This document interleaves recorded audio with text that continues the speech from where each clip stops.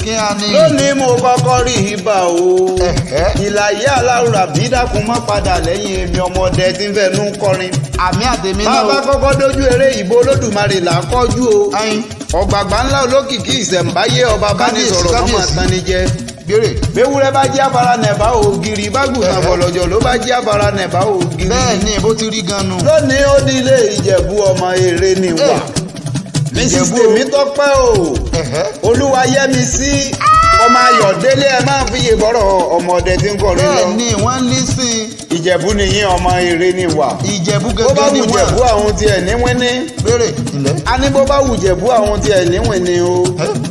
tó bá wù jẹ̀bú amẹ́ni tiẹ̀ yòókù sọdún àgẹmọ. àwọn gangan wọn tó bẹ́ẹ̀ o. alágẹmọ abijó wìn ní.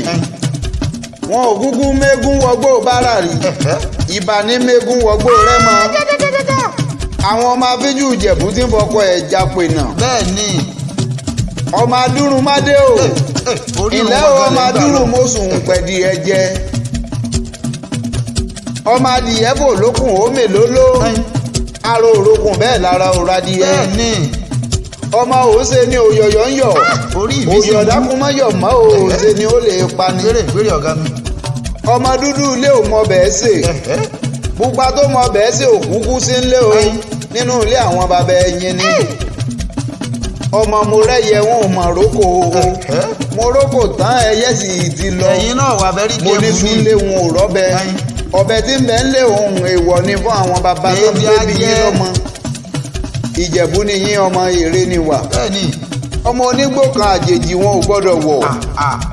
nínú ilé bàbá ẹ̀yìn àjèjì kájèjì tó bá wọnú gbòòrò yóò sì jẹbọra. ẹ máa sanwó.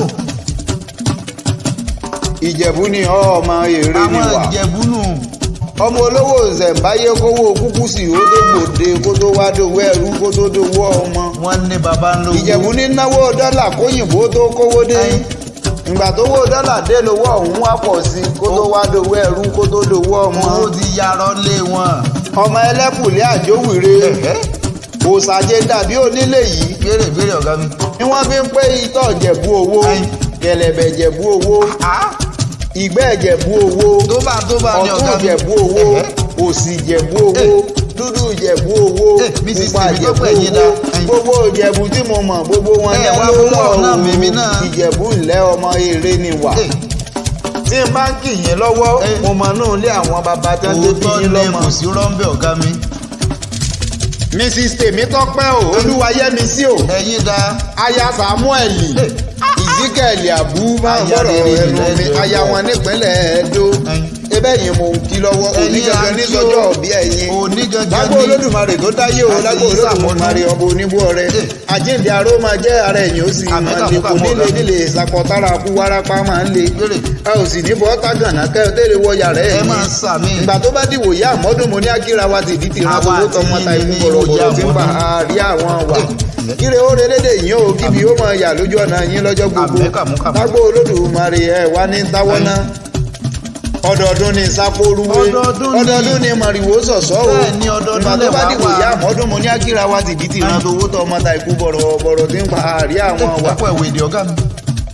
àjídèwé sáni ti pọ̀ ẹ̀ lírí àgbóra kọ̀ ṣe bó ń sáni ti gbìn báyìí olóko bá pẹ́ nínú igbó a máa dàbí ewé ni. bẹ́ẹ̀ni kíre ó relédè yín kíbi ó máa yà lójú ọ̀nà yín lọ́jọ́ gbogbo lágbo olódùmarè ẹ wà ní róńgbé sọnù bí o ṣe bí ọmọ aráyé ò sì ní jalè kan pẹ̀yìn ni ẹ dákẹ́ ẹ máa sàmì sàṣẹ àsìkúnlẹ̀ kómúkómú koróhùn kógbákógbá gbogbo ń tẹ́ fọwọ́ yìí ṣe òsì nígbànú òpin lologójì àjíǹde aró máa jẹ́ ara ẹ̀yìn ó sì máa lé kò ní lè nílé ìsapọ̀tára kú wárápá mọ́ lè dákẹ́ ẹ máa sàmì sàṣẹ. ẹ máa sàmì.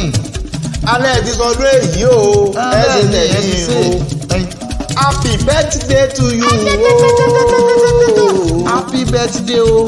àṣeyí sàmọ́dún ọdún ayọ̀ rẹ̀ sí àsàmọ́dún sẹ́ẹ̀mí ìyá mi. aya Samuel Ezekiel ń lè mí kí lọ́wọ́ aya rere ni lọ́ọ̀dẹ ọkọ. ẹ máa dá gọ̀jọ̀gọ̀jọ̀ ẹlẹ́yinjú àánú aláàánú mẹ̀kúnnù lè mí kí lọ́wọ́ bọ́mọdé bá wọlé rẹ̀ yóò jẹun lágbà bá wọlé rẹ̀ yóò sì jẹun. àgbà tó fata panu. èmi ò tí ì rí tí tèmi tọ́ pé ò lè fi kò tọrọ. sí tí wọn ò lè fi tọrọ bẹ́ẹ̀ délé wọn wọ́n kọ́wọ́ yín bomi kẹ́ ìbànújẹ́ máa yóò jẹun ní lọ. kàn yín àìní ò ní kàn yín ẹ ní rógbé sọnù bí o ṣe bí ọmọ lágbo olódùmarè tó dáyé ẹ wá ní táwọ́ náà ikú tó yáwó ò ní pa yín ẹ mọ̀ sàmì tàṣẹ olóríire tí gbogbo aráyé ń wọ́n rí aya Samuel ńlé mi nílọ́wọ́ ọmọ bàmí Ayọ̀délé ẹ mọ̀ gbọ́dọ̀ ẹnu mi Ìjẹ̀bú ńlẹ́ ọmọ èrè ni wà. mo ti kí yín lọ́dún èyí náà tó bá dìwòye àmọ́dún mo ní àkíra wa ti kíra wa lọ́dún tí ń bọ̀ ni. wọ́n wá lè máa bí yín léèrè pé táwa lè nìyàn tí ń kí yín bọ̀ àṣẹ yẹ. Àjàlá òdì ní níbàárì ńlọ́lá ọmọ epo nímọ̀dé èmi lára ẹ̀sà àjèjì ojú ti la lọ. a ní ẹ má dùn rẹ sàlọ́tì o bẹ́ẹ̀ bá pẹ́ dùn rẹ sàlọ́tì epo lọmọ yé wọ láti Ògbómọ̀ṣọ́ ajílété ni mí ibi agbẹ́jẹ́ ká agbẹ̀jì á tó mú nǹkan yẹn gan lé jógé owó ọmọ ajílété pọ́ndógún àyàkókò nàkí ọmọ ajímútábà lóògùn lé mi àròyé Jésù lè mí jẹ́ ẹ máa ń gbọ́ dídùn ẹnu mi. ẹ lísìn ẹ farabalẹ̀ gbọ́ wa dáadáa. Mrs. tèmi sọ pé Olúwa yẹ mi sí o. I wish you long life and prosperity ní tẹ̀yìn mo pé happy birthday to you ma o.